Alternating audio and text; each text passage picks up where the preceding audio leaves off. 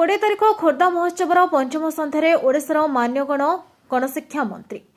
श्रीजुक्त नित्यानंद गंड जोगदे महाप्रभु श्री जगन्नाथ विग्रह निकट में प्रदीप प्रज्वलन पूर्वक निज अभिभाषण में खोर्धा वीरपाइक माटी प्रथम पाइक भितर ओडिशा को गौरवान्वित करे बोली प्रकाश करी खोर्धा महोत्सव ऐतिह्य कला संस्कृतिर मंच और आमर अस्मिता लोककला लोकवाद्य विकास विकसित ओडिशा और विकसित भारत को दिग्दर्शन देव बोली उद्बोधन देते महोत्सव कमिटी सभापति दिलीप श्री चंदन अध्यक्षतार अनुष्ठित साधारण सभार सम्मानित अतिथि भाव मान्यवर विधायक बेगुनिया श्रीयुक्त प्रदीप कुमार साहू मान्यवर विधायक जटनी श्रीयुक्त विभूतिभूषण बलवंत राय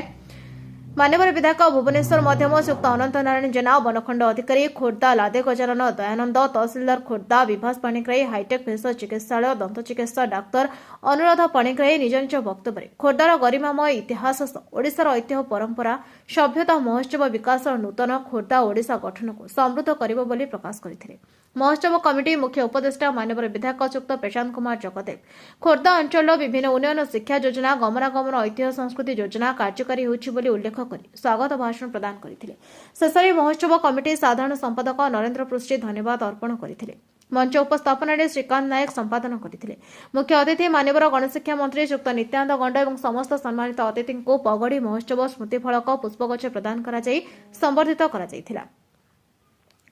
सांस्कृतिक कार्यक्रम में डिवाइन डांस ग्रुप सह अनेक अग्रणी सांस्कृतिक अनुष्ठान विद्यालय छात्र छात्री मानक द्वारा आकर्षणीय मनमुग्धकर सांस्कृतिक पारंपरिक सम्यक आधुनिक कार्यक्रम अनुष्ठित होता